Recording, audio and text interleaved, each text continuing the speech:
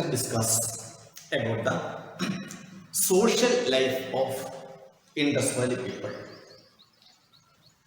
Though we do not have much evidences, some circumstantial evidences state that there existed a kind of social inequality because the size and type of buildings were different, and the rich people lived in big palatial buildings, whereas the ordinary people lived in smaller houses.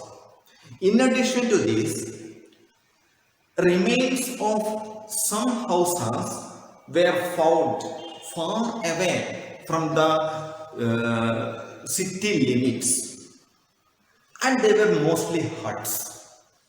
It shows that there were a group of people, those who were not allowed to live within the city limits. They were mostly untouchables. Thus, there existed a kind of social inequality in the Indus Valley society. People ate mainly wheat, barley, rice, vegetables and fruits. Milk and milk products as well as meat and fish too constituted their food. Men of the Indus Valley civilization wore two pieces of cloth. One wore like a dhoti for the lower part, and another wore like a shawl for the upper part of the body. Similarly, women too used two pieces of cloth, one for the lower part and another for the upper part. They used wool and cotton for making clothes. It is not possible for cotton to remain such a long years. Already we have seen that Indus Valley civilization existed some 3000 BCE. So it was not at all possible to remain the remains of cotton cloths. Still, historians conclude that those people used cotton cloths because they have found out a large number of spindles which were used to weave cotton yarn. They found needles which used to stitch, and even they have found an impression of a cloth on a clay tablet. These all show that the people of Indus Valley civilization used cotton too. Women used different kinds of makeup materials, kajal, and different types of fragrances, scents and all. The evidences, the artifacts of all those things have been excavated. Both rich and poor, men and women used ornaments. Rich people used ornaments made up of gold and precious stone. Poor people used ornaments made up of terracotta, bones and shells. The availability, the finding of such a large number of ornaments made from different materials suggests that the entire people of the society used ornaments. Then they give a lot of importance to entertainment, hunting and chariot rides were the most popular entertainment activities. Indoor games which use different kinds of dice also were practiced by the people. They gave a lot of importance to the entertainment of the children too.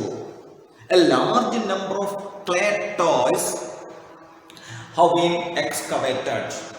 This all suggests that the entertainment of the children too were given proper importance.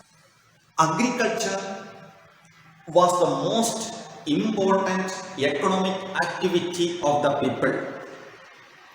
The previous class, we were seeing that there were granaries, and these granaries suggest that the people made surplus food. They cultivated wheat, barley, rice, and pulses.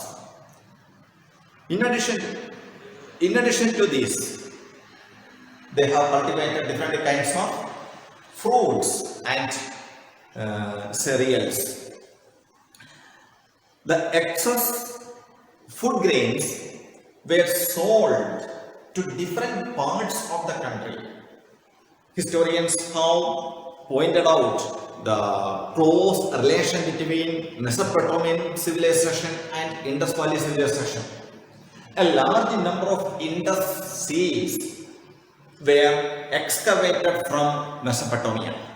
It tells that the Mesopotamians maintained a kind of trade relation with the Indus Valley people. Not only that, there are some seals that depict the image of a ship. It is shown that those people have the knowledge of how to make a ship. It further support the seafarer. They contacted through different parts of the world by using ships. Ship as well as boats were the most important means of transport for far away distances. Barter system was the most common practice of trade. They exchange one good with another one. A large number of weights and measures also were discovered. 16 was the base of their measurement.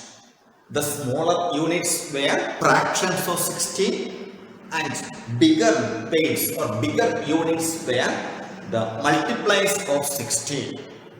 Smaller weights were rectangular in shape, whereas bigger weights were conical in shape.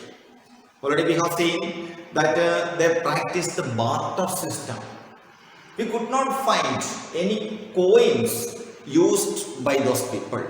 The absence of coins suggests that they were not familiar with the monetary system. That is, they used barter system for the exchange of goods and services.